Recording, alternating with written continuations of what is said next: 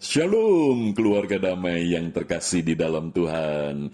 Puji Tuhan kita berjumpa kembali di dalam Renungan Samas, Senin 30 Mei 2022. Tema yang kita renungkan, Providensia Tuhan.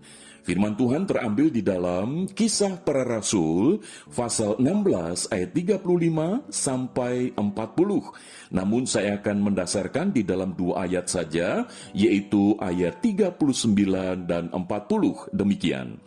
Mereka datang minta maaf lalu membawa kedua rasul itu keluar dan memohon supaya mereka meninggalkan kota itu. Lalu mereka meninggalkan penjara itu dan pergi ke rumah Lydia. Dan setelah bertemu dengan saudara-saudara di situ dan menghiburkan mereka, berangkatlah kedua rasul itu. Demikian firman Tuhan. Keluarga damai, Rasul Paulus tidak pernah terpikir bahwa satu waktu ketika dia menjadi seorang hamba Kristus mengalami kondisi yang bertolak belakang dengan yang sebelumnya. Dulu dia adalah orang yang memenjarakan para pengikut Kristus. Sekarang justru dia sendiri yang dipenjarakan. Dan pada saat itu, Rasul Paulus bersama dengan Silas itu dipenjarakan di kota Filipi. Keluarga damai, satu keadaan yang tidak pernah terpikir sebelumnya ketika mereka sebagai Rasul Kristus, pengikut Kristus, justru mengalami kondisi yang sangat-sangat tidak manusiawi. Karena memang penjara pada saat itu jauh berbeda dengan kondisi sekarang. Keluarga damai, justru dalam penjara itulah Paulus dan Silas mengalami providensia Tuhan. Di mana di dalam kondisi yang tidak nyaman, kondisi yang tidak baik, kondisi yang tidak enak, justru di dalam penjara itu, kita melihat di dalam Kisah Para Rasul pasal 16 ayatnya yang ke-25 dan 26, dikatakan demikian.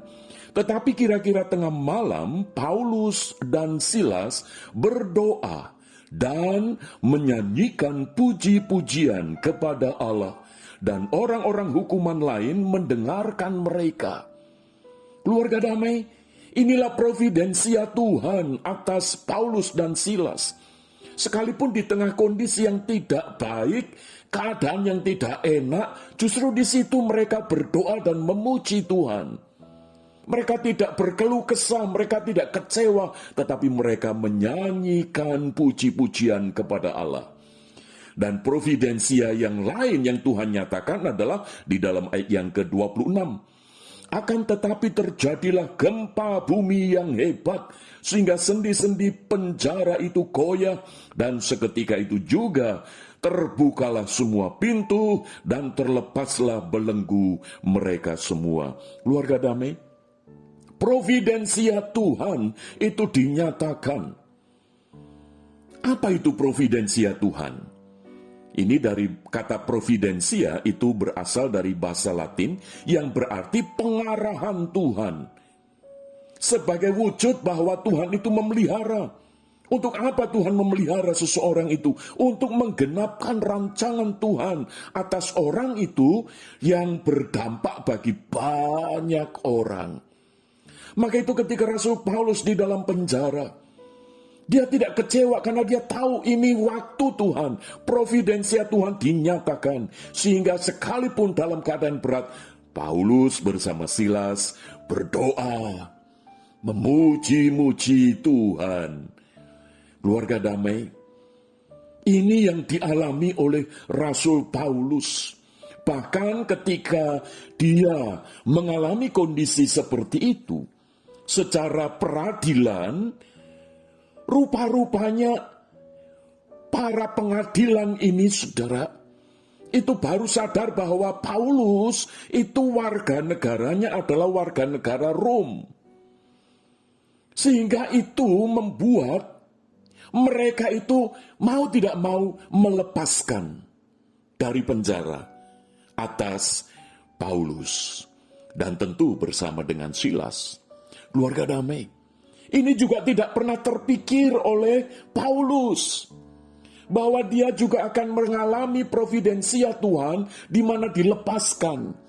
Secara peradilan itu mendapatkan dispensasi. Itu tidak pernah terpikir oleh Paulus dan Silas. Tetapi itulah yang terjadi. Keluarga damai. Maka itu ketika saat ini, jika di antara kita sedang mengalami berbagai macam keadaan yang berat, kondisi yang sulit, marilah kita belajar daripada Rasul Paulus dan Silas. Di tengah keadaan yang sulit bukan berarti lalu hidup kita ini menjadi terpuruk. Di tengah keadaan yang berat bukan berarti hidup kita ini menjadi hancur. Tidak, karena ada providensia Tuhan. Ada pengarahan Tuhan untuk menegaskan bahwa hidup kita ini sebagai pengikut Kristus, orang yang percaya kepada Kristus, itu ada di dalam penggenapan rancangan Tuhan.